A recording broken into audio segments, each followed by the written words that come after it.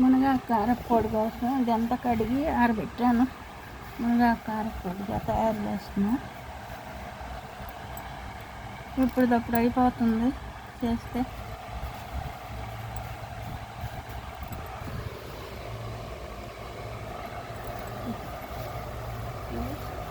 Please subscribe.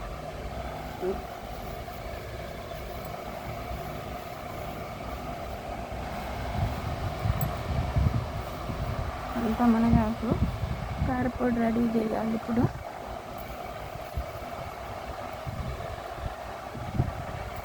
ఆరోగ్యానికి మంచిది, మందులు లేని ఆకు.